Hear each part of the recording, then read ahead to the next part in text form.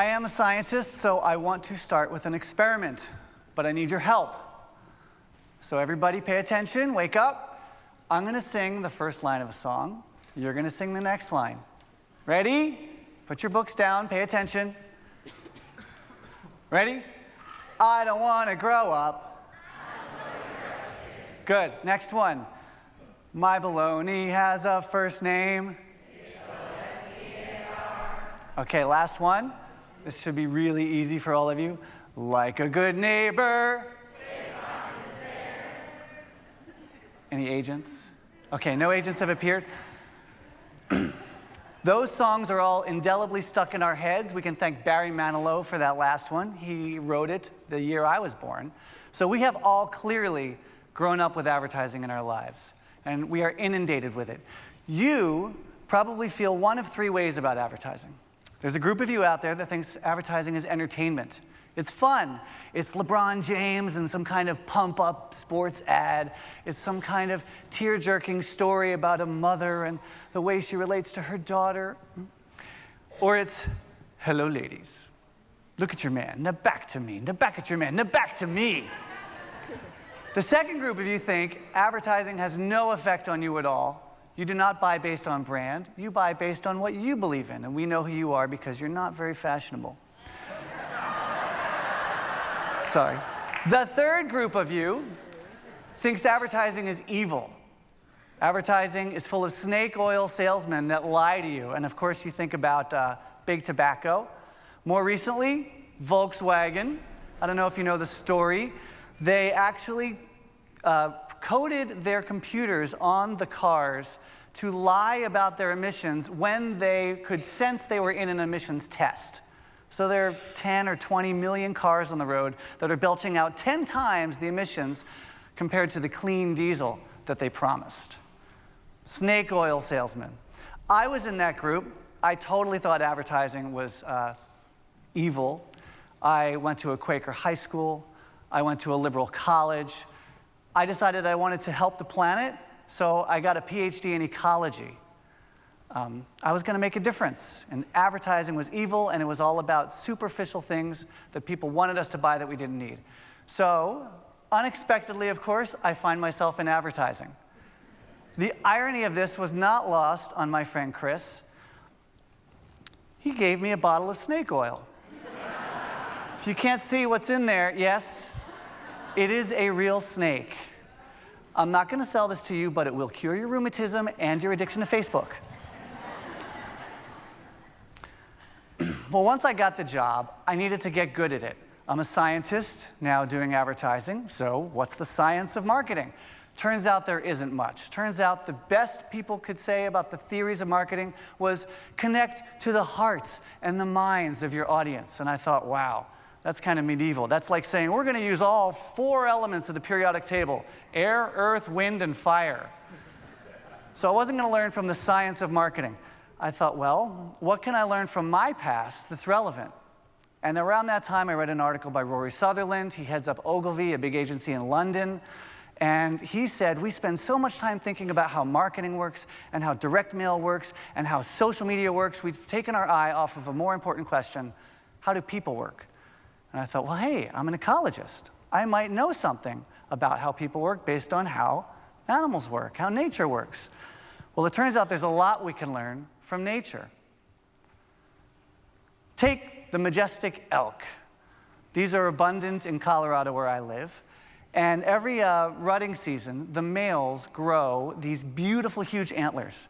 And the thing is, they have to grow this in about 3 months, and they weigh 40 pounds, and they are made of bone. Imagine growing 40 pounds of bone in 3 months just to say, hello, ladies. So this is a conspicuous amount of consumption, conspicuous resource use to advertise. On a smaller scale, the Australian peacock spider is about half the width of your thumbnail. It's tiny, but as its name implies, it has this beautiful coloration, peacock-like, on a flap on its back.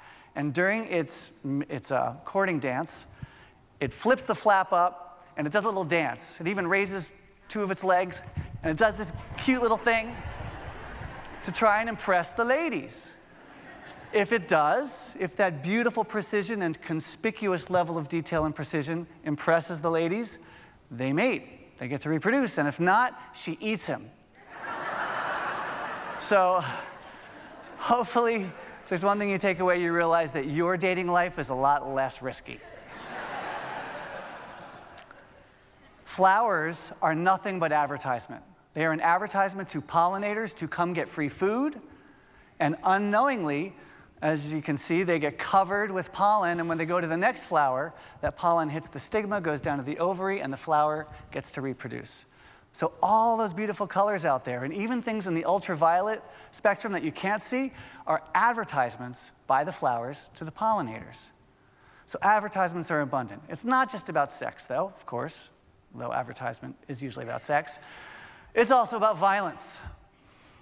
The western rattlesnake, the western diamondback rattlesnake, as its name implies, has diamonds on its back. It has a head that's a little bigger than its body, and it has a very conspicuous rattle. And if you hear that, that's advertising that if you try to eat me, I will kill you. So violence is being advertised, but there's also deceptive advertising in nature. The bull snake doesn't have venom, but it looks just like the western diamondback. And it even makes the rattling sound the way I do, with its mouth. False advertising in nature. Flowers, I'm going to end with one more flower story. There's a whole family of orchids that rely on wasps to get pollinated. And they're beautiful. But here's the thing. That flower looks and smells just like a female wasp. So instead of spending all this energy producing pollen to give away to these wasps, this orchid deceives them into thinking that this is a female. The males get all hot and bothered. It drives them nuts. They come over and try and mate with the flower, and in all the jostling, that top little petal, bloop, drops some pollen on the back of the wasp, and the wasp goes off thinking, woohoo, more females, and mates with the other orchids, and the pollen gets distributed, and the orchids reproduce. Genius. So, there is a lot of advertising in nature. What are they advertising? They're actually not advertising the antlers or the colors or the rattle. They're advertising their genes. Good quality genetics are vital in choosing your mate. They're advertising your health. How healthy are you as a potential partner? They're advertising their nutrition. How much nutrients are in the pollen, and of course they're advertising their venom. All these things can't be seen. And that's because what matters most in life is invisible. So we use the visible to grasp at it. In nature, advertising is a visible way to communicate the things that matter most. Now over time, things that get duped will die off. Like if all you do is mate with flowers and you're a wasp, you're not going to pass on your genes, right? If you're a female elk and you pick a male elk that's got like, the Grinch-style fake antlers tied to its head, and it's not actually a healthy male, those females will die off too. So those that get duped and those that deceive will die off. And in a weird bit of foreshadowing in my own career, one of my professors and advisors from University of New Mexico wrote a paper with his wife about this in Nature called Truth in Advertising. So, does this have any bearing on how we live? Absolutely. We don't have antlers, but if you want to impress the ladies, you get a stretch Hummer for that special event. It gets about 8 miles a gallon. So, conspicuous amount of energy going into that. If you don't have a carapace covered in a peacock-like bunch of coloration, you go shopping. And I did some research with these guys picking out their clothes, and I was amazed at the level of detail in the embroidery in their shirts and the stitching in these very expensive boots that they had. And even in their sideburns, they had these amazing little patterns. And you know folks who take a lot of time to put their hair in just the right way. This is peacocking. Quite simply, it's a conspicuous level of detail. This is not lost on advertisers, of course. Rolex knows this, so when they're marketing a $15,000 watch, this beautiful Daytona, they talk about the precision timepiece that it is. It doesn't really tell time any better than a $50 watch, but the precision, the conspicuous precision, is just like the peacock coloration of that spider.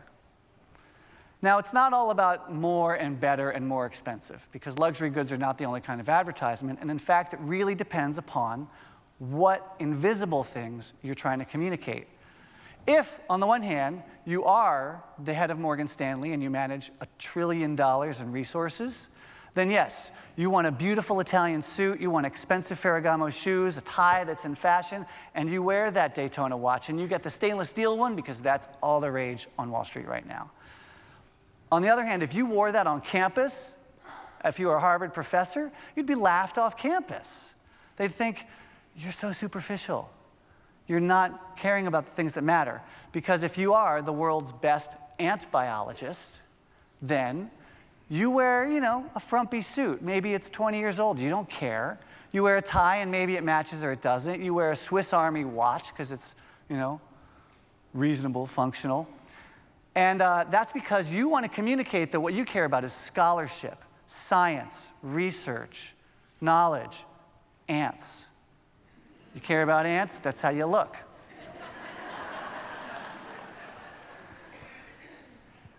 And this took me to another unexpected realization, because here I was, an ecologist who wanted to save the world, and now I'm in advertising, selling stuff. And I used to think advertising was evil, and I used to think all of this stuff was superficial. And what I realized was, we aren't superficial creatures, we are symbolic ones.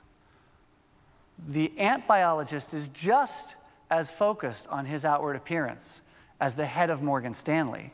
It's just he chose very different things to communicate what matters most to him.